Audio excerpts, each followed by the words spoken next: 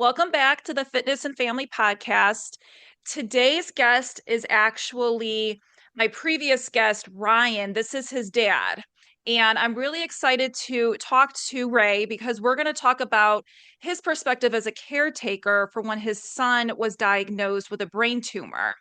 And Ray, coming from someone who has a 6-year-old son, and now, I'm kind of experiencing different things with having a child. I think this is such just an important topic to talk about as a caretaker of a child. So before we get started, why don't you just kind of introduce yourself to the listeners?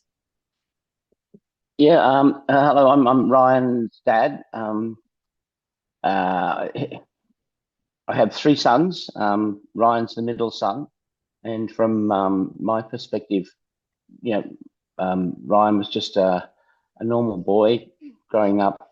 We live in a little coastal town about 4 hours south of Sydney, and growing up on the beach, he was just a normal kid. And my interests with obviously a lot to do with your sons. Well, growing up with three boys, it was kind of busy. Imagine.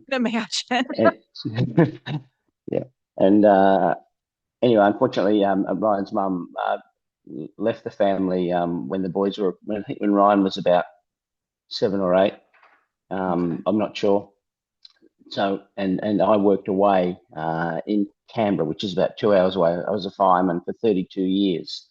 No, but just normal kids. Uh, my interests and what I do, we spend a lot of time in the water because we live across the road from the beach.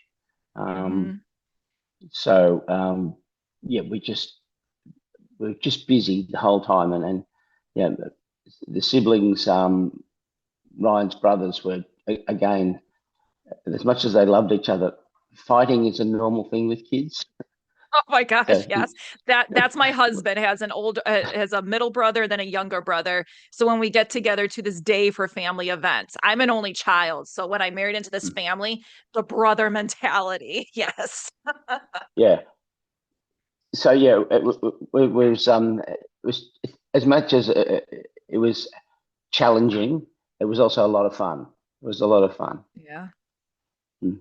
That's awesome. I love hearing that because I'm going to be experiencing that. He's my only child, but he has a cousin because we live in a small rural town. The family farms, so family is very close. So his cousins are 9 months older and then 2 years younger. So really, it's just siblings is how they act around each other. So I understand that. Um, I want to kind of go back. When Ryan was kind of first coming to you guys and saying that, I have brain fog, I'm not feeling like myself, um, how did that make you think like, hey, it could be a medical condition, or hey, he's a teenager, he's doing sports, it's his senior year, he's just busy. Yeah, How did that, yeah. yeah, that was interesting. Because Ryan was, I say, falling into habits that he wasn't normal for him, and actually because we live in a coastal town with a small community, and with Ryan with his condition, it wasn't diagnosed as early as it probably should have been. Um, he actually they had him with the medical people that he was seeing. Yeah, they had him at the mental health unit, thinking he was needing mental health care, Yes. which was I just sort of had to sort of go along with it. I said, look, he's not well. This is happening, and so they had him seeing a psychologist, thinking he was mentally unwell. And when he was finally diagnosed, Mm. when you looked at his symptoms, it was very, very clear that he had some form of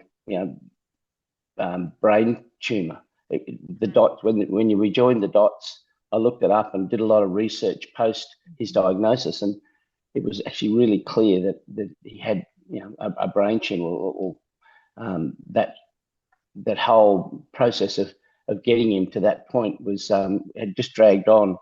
But I'm not blaming or critical of the medical people, but Mm, had we been in a bigger town and sought, someone would have probably joined the dots earlier. But yeah. anyway, well, to get the final diagnosis was kind of a relief. We knew what was happening because of the Mm, symptoms and his uh, the actions that were happening to him, and yeah, it was again, whilst shocking and yeah. hey, because I got a phone call late one afternoon, one Friday afternoon, from the neurologist that we'd finally got to see in Canberra. He said he needed to talk to me, but and I said, well, just tell me now, uh, because I live 2 hours away, and he said, well, your son Right. has a brain tumor, and Hmm. so to see Ryan's symptoms develop to get to that point, yeah, I knew something was wrong, but when you go to the medical people and they say, "Oh, no, we've got him at the mental health unit. We've got him seeing a psychiatrist," and I'm going, "Is that where we're at with this?" So, the nosebleeds, the headaches, the spatial Mm, um, unawareness of where he was in, and just his deterioration was really, you know, again, when you look back, when I look back at it now, it was quite clear that there was something physically wrong with him, not mentally wrong with him, as in the mm. tumor was developing in his brain. Did you almost, when you were kind of waiting to hear back from, like, because you said you went to the psychologist, the neurologist, coming from just, you knew something was wrong with your son, did you almost find yourself just Googling, just going on the internet, just being like, these are the symptoms? What could it be? Like you're trying to be almost like one step ahead to the doctor. No, not really. I sort of have faith in the Okay. in their diagnosis, but watching them or going to the medical appointments with Ryan, Mhm. I didn't really. Yeah, I guess I trusted the people we were seeing. Um, I'm not a huge person to surf the internet when I probably should have, but um, it just really was. It just seemed to drag on. His condition dragged on for a long time before we got the diagnosis. Had we, I guess, been in a bigger city where a doctor may have seen this before, um, Yeah. yeah, we probably would have advanced earlier. Not that it would have really changed the diagnosis side of things or changed the outcomes that we had. Yeah, but it would have been probably prudent to see someone earlier rather than drag on, and I'll keep going back to the psychiatrist and saying, "Oh," and with Ryan's symptoms. But I suppose when you're sort of seeing, um, I'll say junior doctors, that they may not have had the experience to diagnose something like this. Right. Yeah, because Anyway, that's what Ryan spoke, is that when you went to see, um was it the psychologist or the psychiatrist or whoever, but it was the senior one that actually would have the experience that actually said, let's do a brain scan. And then that's when it yeah, was like, yep, you got the MRI and you had the tumor. So when I spoke to Ryan, he mentioned when you had the diagnosis, the surgery date was very quick turnaround. I think it was just a few yeah, days. How that's so correct. Yeah. as a parent, um all of a sudden you're like, my kid's going in for a brain surgery. How did you prepare yourself, not only yourself, but you're preparing like your son? So now you're going into this mental state. You have to shift yourself. How did you how did you do that? Um, I guess as being a fireman for 32 years, you a lot of stuff you put you look at objectively look at putting systems in place and look at how do I manage this, and you sort of I sort of step back away and thought, right, okay. I was very fortunate to know a general surgeon, and I rang her, and she's a very good family friend. And I said, look, do you know anyone in the brain surgery game? And she said, I'll find you a name. So she got back to me very quickly. Within a day or two, she rang around some friends, and we got in touch with this chap in Sydney. And within a very short, I rang them one afternoon because there was some, shall we say, dysfunctionality happening with what was happening in Canberra, where we initially were going to go. And I sort of stepped back away and went, right, what's the evidence in front of me? How can I manage this? And it was sort of a very sort of clinical. I sort of probably wasn't dealing with the emotional side. I was looking at what was in front of me, the strategy and the tactics that I was going to get through this. Um, but whilst, as I said earlier, it was kind of a relief that, hey, this is why my son is not well, and we're going to do something about it. And obviously, supporting Ryan, and because he's a 17-year-old boy whose life is then turned upside down. And I said, well, we'll get through this. We'll make it work. And it was probably, as I say, my training for all the incidents and that I did with as being a fireman, that you look at it and you go, right. I looked at it really objectively. I didn't, go, oh my goodness, what do we do? I found a way. I put systems in place and just hope they work, which Right. obviously in the did. Yeah. Right. Yeah. Mm, It's it's interesting how you say that what you took as your experience as a mm. firefighter, because yeah, my husband's a volunteer, his two brothers are full-time firefighters, and I do see when situations come up how they analyze them. And it is one of those things, you don't want to say you take the emotions out of the game, but it's just how you look at the situation and you break it down into the pieces and you look to see what the steps are to get to those pieces. Now, for parents, aunts, uncles, anything like that, who maybe don't have that type of kind of background to think like that, if they were to get like a diagnosis, what would be like the best thing you could tell them for their first step? Is well, probably one, don't panic. Look at what you've got, um, and assess what you've got just objectively. It's very difficult because your emotions are enormously tied up with this. Uh, to just to be there and support the person you're caring about and whose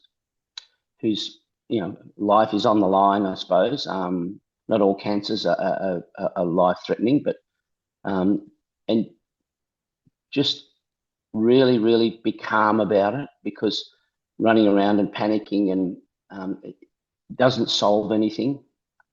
Just really um, look at what you've got, get the best advice you can, and put systems in place to manage that. Um, and just be there and support your child or your friend, your husband, your wife, whomever it may be. Just just really, really, if you're religious, pray. That's up to them. I'm not. But others get support from that. Whatever support network you can get around you, use it. But the thing is, just if you stay calm through the process, as much as it's traumatic, you really um, can help yourself and the person who's ill, um, with some positive energy in that respect. But Mm. Pat going to save anything, or do anything for you. But if you can be less stressed in front of the other person, as much as it's traumatic, you can help them enormously by just being normal, if I can say that. Yeah, no, for sure. Yeah, because you touched on obviously the mental part of it.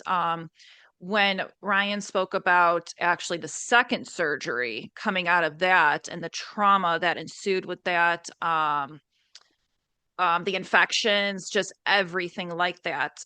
Obviously, that took a toll on you because he said you were there pretty much with him every step of the way in that hospital. Um, Yeah, what I think I about, slept. yeah. Sorry, no, yeah, go on. No, no, yeah, just talk about that, but also kind of the physical side, the physical health that it took on you, especially after that second surgery. Yeah, I guess it's kind of at the time it's a blur. You just, like I say, I was with Brian virtually every waking hour for near on 30 days. I slept on the floor of the hospital in his room and basically did his nursing, um, other than the immediate medication stuff. But um, I guess you have to, you can't fold. You have to be there because you're it. Um, so as I said, it's no good sort of getting upset and panicking and you worry. It's a constant worry, but you have to be there. Had to be there for my son. I wanted to be there, and with me again, I go back to my training with my previous job. So I'm retired now. You just draw the energy and just keep going because you know if you don't, there's no one else to do it. Um, Right. and and I felt it was my role as a father, um, to be there for my son. Um, and you just say, well, I'm it. I'm going to be here for him every step of the way. And was it draining on me? Yeah, I guess it was, but you just have to Hmm. draw some inner strength and just keep going. Just keep going, because it's he needed me, and as a parent, as you would understand, you would do anything for your children. Right. The love for your children doesn't come. Well, my perspective is the love for your children doesn't come with conditions. It's just it's they're yours, and you brought them into this world, and you had to do everything to try and support them. Um, and yeah, that's what I did. And mentally, yeah, I didn't think of myself at all at that stage. I just thought Mm. of what can I do to help my son. Yeah. Gotcha. Yeah. That's how did you balance then staying with Ryan, but then having your other two boys? Just trying to do Um, that because you guys were in Sydney at this point. This yeah, was the that's right. second And surgery, so the family was 4 hours away. yeah, well, my younger son had gone with his mother, or was in a boarding school with his mother. Okay. I won't go into the depth of that, but my other son, Matt, he came, Ryan's elder brother. He came up to Sydney for about a week, and then obviously had to return. And he was actually doing an apprenticeship in the building industry as a carpenter. And his employer said, "Look, you go for your life, whatever you have to do." So he came up for periodic visits. Okay. When and initially he came up for the first surgery, which then um, cannoned into the second surgery some 5 days later. Um, but pretty much I was on my own. I had friends call in from time to time at the hospital, but pretty much for nearly a month, I was basically by myself, obviously in touch with them on the phone and so forth, but I was pretty much on my own for a month with him. Wow. And but again, I didn't want to be anywhere else. Exactly. Yep. Because you wanted to be with him every step of the way. Yes, yeah, Okay. So Ryan talked about obviously his coming back from the second surgery, getting his can't even talk, his motor skills back, the walking, the talking, and all of that. So you guys are great for almost 10 years.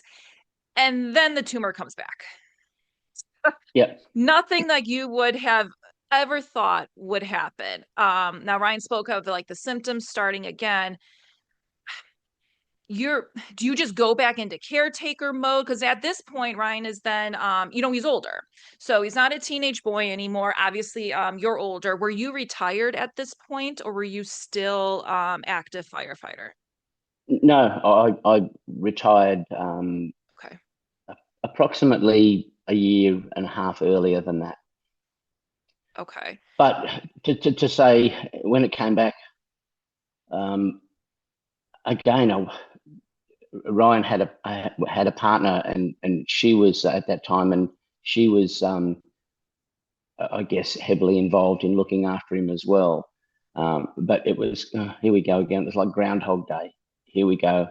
Um, but unfortunately, when Ryan was first diagnosed, some in 2014, he was privately insured under me, but because he'd been living away, living and got on with his life, he'd let that private health insurance slip.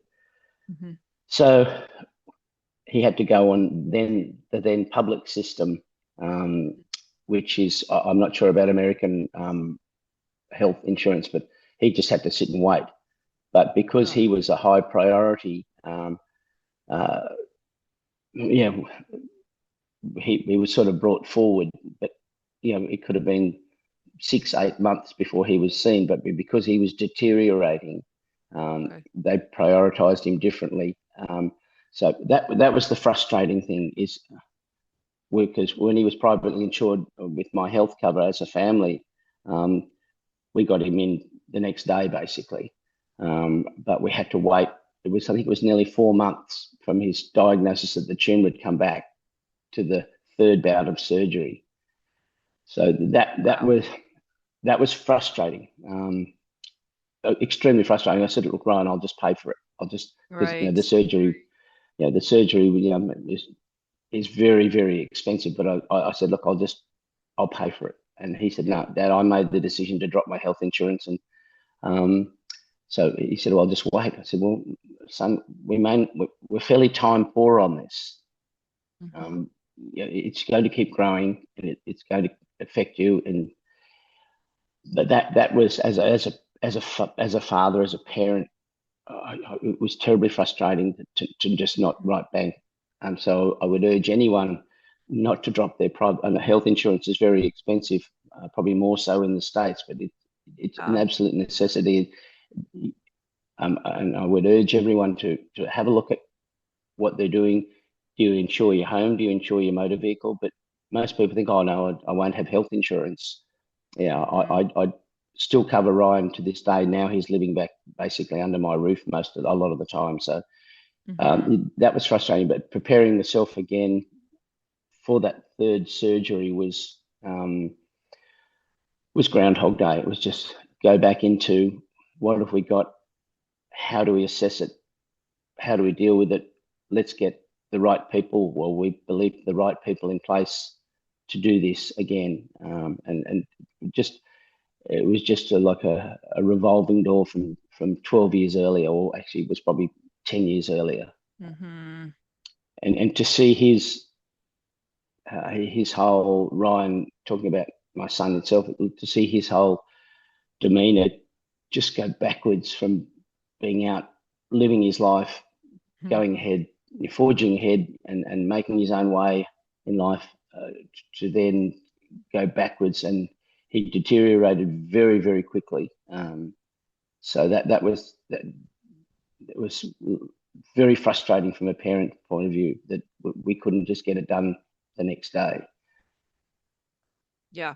No, it's I didn't actually, and that's why I wanted to have the conversation with you, because I didn't even think about when him and I were talking the first time when you got the diagnosis. Yeah, the surgery was a few days later, but then the third time, I should say, it was months later, and it didn't even occur to me about the insurance part, because it in the US it is similar, and it is very very frustrating, especially when you have been through it already and you're like, the symptoms, I Mm, know how this is going to go. We've got to get it done, because I know, I mean, one, yeah, it's 10 years later. he's still young. The body is older. The body's already been through a traumatic experience. So you're almost like, we need to get into this sooner because I don't know how your body's going to react the third time if we just keep on Yeah, waiting. yeah, very much so. You know, fortunately, a very good family friend is a GP practice here, and she Mm-hmm. was constantly writing letters to the surgeon and contacting them saying, "You need to get to see this boy That's very soon," fantastic. because yeah, because at one stage he went in to do an assessment with her, and he said, "What's my name?" And he couldn't even remember her name, and she's been a family friend for years. So when that sort of things were happening, I thought I've got to start pushing here and going to be the squeaky wheel here. And fortunately, the surgeon reacted positively, and we got him in probably sooner than had been planned. But from Ryan's point of view, or well, his point of view, to watch this happen is just really frustrating. Um, so his whole demeanor was really changing, and from a parent's point of view, Mm-hmm. enormously frustrating. And yeah, I can't stress how frustrating that was to just sit on the sidelines. I said, look, I'll pay for it tomorrow. Um, and he said, no, Dad, I made the decision to drop my health insurance, so I've got to wear this Ugh. one. And but as you say, when he was a boy, a teenage boy, I made the decisions. But as a man, as an adult now, you know, he makes the decisions. Right. And life is about choices. And he said, Dad, I'll do this my way. Oh, okay. And it was like It's I hard to had the let go. facility. Oh, it is. As I say, your Yeah. love for your children doesn't stop because they become adults. You have different conversations when they're 10, 15, 20, and Mm-hmm. 25 and nearly 30. So you have different conversations, and I probably don't adapt well enough for that. But because you're always micromanaging them to a degree, which is problematic with my children. With me, I get frustrated that they're not doing what I think they possibly could do. Right. Anyway, yeah. Anyway, Right, right. so I know. Like as parents, that could be a whole rabbit hole that we go down. Because even my 6-year-old, you and you could probably, I could probably learn so much from you about raising a boy. But yeah, that's a whole nother conversation. yes, yeah, yes, it is. I nearly went down the rabbit hole. I thought I've got to stop myself there. Well, I want to ask you one last question. I asked Ryan a similar question on the podcast that we did. So I just want to know from you, like, what message would you like him to hear from you through this whole, like, the whole process that you guys have gone through together? To say I'm extremely proud of my son is a gross understatement. A gross understatement. To watch him go through the physical, mental journey is to look at him now. He's a thriving adult. Um, yeah, just I absolutely so proud, and I sit and look at him sometimes and think back about the journey he's been through, and I just think, wow, the strength of this young man is enormous. His positivity, the way he positively looks at life, and yeah, I'm just enormously proud that and I tell him regularly, you know, son, you make me so proud of what you've done from what you've been through.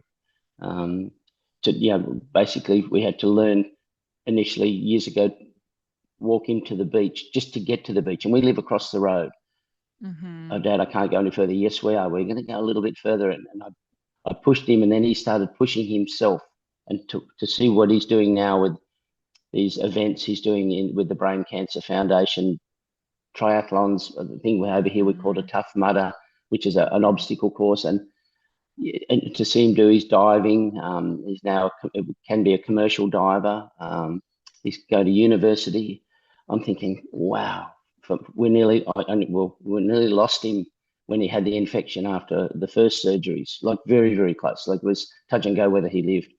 to see him now, I just think I pinch myself sometimes thinking, well, what a journey he's been on, and I'm enormously proud and I love him so much, and yeah, to see a child thrive after what he did is just enormously satisfying. Oh, I love Mm, that. That's why I wanted mm, to ask you that question because Ryan had so much emotion and I asked him a similar one. So when the podcast comes on, you can hear what he has to say, but it's the pure emotion that comes out through the words that I yeah, think is just so important for a caretaker to say and hear, and then likewise from the other part of it. Because at some point in our life, we're going to be a caretaker for somebody. It's just in what element is that going to happen? And what you and Ryan have been through, and how he talked about you, and just the huge connection. I could just feel it in his emotions. And thank you so much for, yeah. just coming Well, on this podcast and yeah, sharing no, your story. yeah, I guess I'm almost tearing up when I talk about how well I am, and Yep. I'm not I don't sort of display my emotions sort of by tearing up a lot, but yeah, yeah, I don't know whether the camera can pick it up yet. It's enormously uh, the connection that I now have with Ryan is different to the other boys, but my other sons, I love them enormously too. But Mm.